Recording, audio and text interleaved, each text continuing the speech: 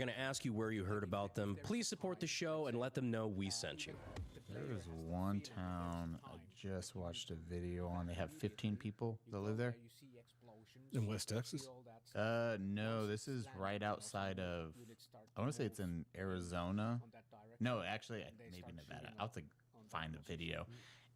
It is wild. It is a 2.5-hour drive to get into the town and a 2.5-hour drive to get to the nearest city. So you're like, okay, if I have to get anything, it's 2.5 hours. There's 50 houses, the 15 residents. One dude takes care of everything. There's no, your cell phone, nothing works there. As some YouTubers actually did a video. Everyone's super friendly, the 15 people. Imagine that. Yeah. They take care of each other. That's like 2 families. Dude, the bar does look like we would have a good time.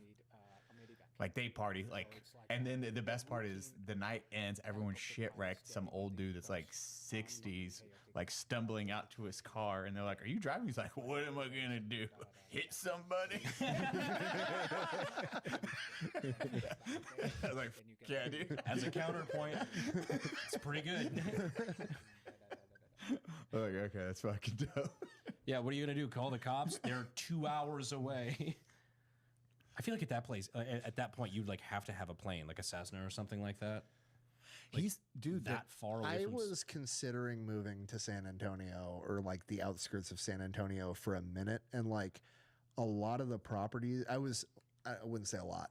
There was quite a few properties that I were surprised where like in the Zillow listing, it was like this has like a cleared out. Some of them were like gravel patches. Some of them were like poured concrete, and they're like has a helipad that's registered with the county for like a medical emergency or whatever. If you needed to get life flighted, Yeah, is like how remote some of these places are, where you just have to have your own helipad if you want an ambulance.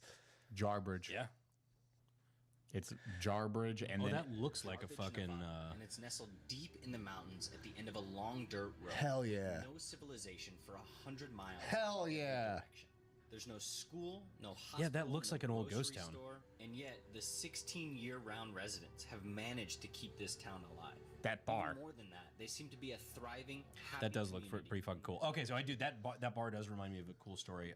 When I was in Prescott, Arizona, they had there's like nice little historic area, everything like that. There was an old we were staying at this old like haunted ass hotel. But right next door was a historic bar that had burned to the ground in like the 1880s or whatever it was. But the bar was original. It's like the actual bar top itself, long, like, I don't know, I want to say 15, 20 foot, like big slab bar. Because when it burned to the ground in the 1880s, the patrons at the bar picked the fucking bar up, moved it outside, and sat outside drinking, watching the bar burn to the fucking ground. Hell yeah. Like, that's that old West shit I fucking love. And so they still, like, as soon as they... that's what they did. And when they rebuilt the bar, they just moved the fucking bar top back in. Fucking... What was the Why reason? not? There's too many beers to grab at once. Did you pick it up? We'll just move it at once. Improvise, adapt, drink. Oh yeah, drink. But like little bits of history like that, man. It's like you can't fake that. That's just so fucking cool. Dude, I would like doing something like that, like a gang going there. That's the shit I would have fun. I think we would all probably have fun. It's like, hey, let's go to this remote place. They might hate us. You didn't watch the video. I think we'd get cool. I think we'd get along quite well. Like, okay. Bring Starlink Mobile? Hell yeah. Yeah. That would actually be crazy. I can't wait to do the history bit for the live shows. I'm excited for It's this. those vibes, the whole story. I deliberately found a story from history where it seems like some shit that we would get into. I don't know how that sounds when I know the I'm excited story. for this. It's fantastic. Because we got, are you saving it? Oh yeah. Oh, yes. Oh, fuck. It's for the live shows. We got everything getting it just dialed in. Can you spoil a little bit? Like, just give me like, It's the watermelon war. oh Lord. All right, I'll give you the very beginning and I'll give you the very end. But I'm not going to fill in any details, okay? It hit me. I believe it was 1856, April 28th or 26th, 1856.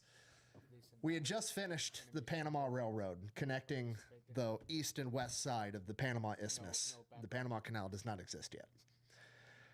And the reason that we created it was like basically during the California gold rush and westward expansion, it seems counterintuitive, but the fastest way to get from New York to California was to go through Panama, right? Your options were take a covered wagon for 6 months, or you could take a boat down to New York, land in Panama, walk 40 miles to the other side of Panama, get on another boat, and go up to California. It took you like 4 weeks instead of 6 months. So a lot of people were doing it. California gold rush is going on, so a bunch of fucking people are doing it. They build the railroad. The railroad just gets finished. A bunch of other shit happens.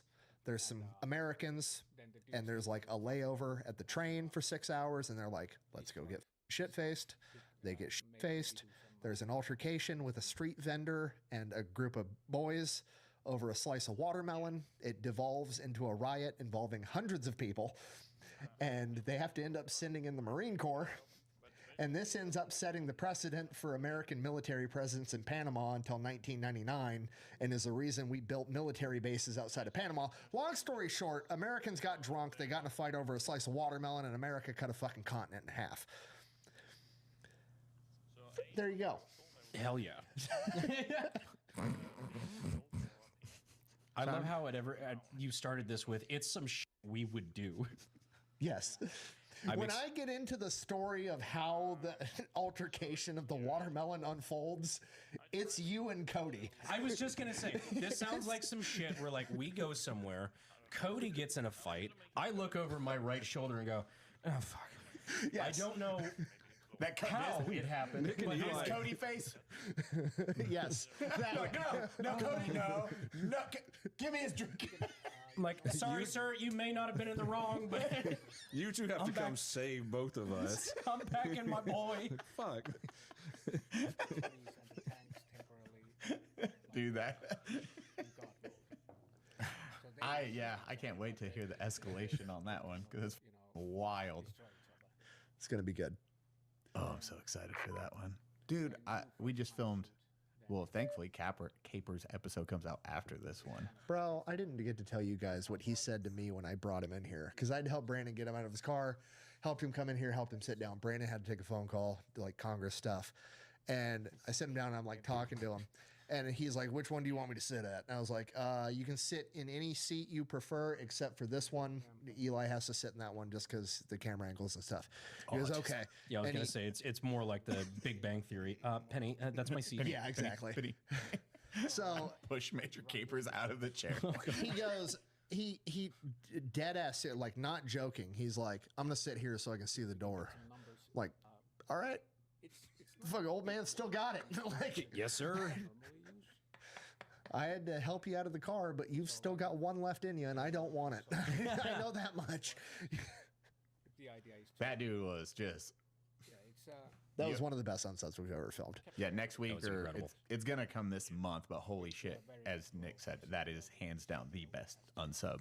He reminded me a lot. Obviously, he's got an incredible, war story and career and everything like that. I mean, he's got incredible human altogether. But just listening to him talk, like it reminded me of just his demeanor more so than anything. Reminded me of like just my grandpa. And it's like I felt like I was getting like family war stories. Yeah.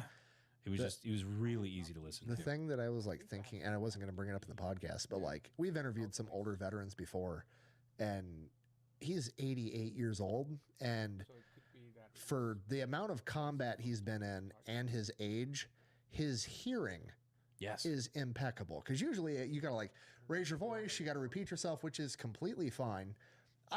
I was talking this loud, and he heard every word I said and responded immediately. How the fuck is your hearing? My hearing's not that good, and I didn't do a tenth the shit you did. How many holes did you like? 14. 19 or was it 14? 14 holes, and then like some other shit too. Did have been shot, Jake, like without he goes into like his knife kill story, and you're like, what? Knife fights are terrible, dude. Yeah, well, it wasn't a fight. Violence of action. It was a finisher. It was a unilateral knife fight. He was Metal Gear Solid. Somebody didn't know they were in a knife fight till they already lost a knife fight. At that moment, you would have thought his friend was probably Joshua with him. He's like, oh. Because it's like instant. And I'm like, oh my God. Well, no, apparently this was after the 3 M16 I kills. forgot. Never mind. Yep, I forgot. So he knew he was in a fight. He just didn't realize it was a knife fight. It's also, we didn't talk about it, but he was using the 20-round mags. I was like, oh man, this is like an OG M16. This probably didn't even have a forward assist. I mean, that was at really point. before the 30-round Stanags. Yeah. Well, he was telling me before the podcast, he's like, yeah, bunch of issues with the M16. Fuck thing always jammed when I needed it the most. My 9mm Browning high power never jammed on me, though. Yeah. Apparently, he got a lot of pistol kills. Dude, he stacked so many. It's just like, oh man, this guy. And he's so sharp for 88 and then what he's been through. Because him and Don are probably the sharpest, the older generation, but like firing. Yeah. And then when he finished that one story, he sat for 1 second. He's like, what other questions you gonna ask? I'm like, whoa, homie. We're just taking it in. Holy If you shit. got questions, far He's over here away. like, I don't got much time left. Let's fucking move it along. What do you kids want to know? Yes, He was sir. awesome. What about the second snake? Bro, that was the craziest part. Just, I knew there was a snake story where he captures a 20-foot Cody doesn't know python this shit. in Vietnam. in Vietnam. They're out on a recon mission and they find a 20-foot, 200-pound python. Jesus. And This is on a mission and back. they're like, so we took one of our boys' ponchos covers, wrapped its head up, and took it with us. And then they got to Why a river. not? Then they got to a river and they couldn't swim across the river with a 200-pound snake, so they had to leave it.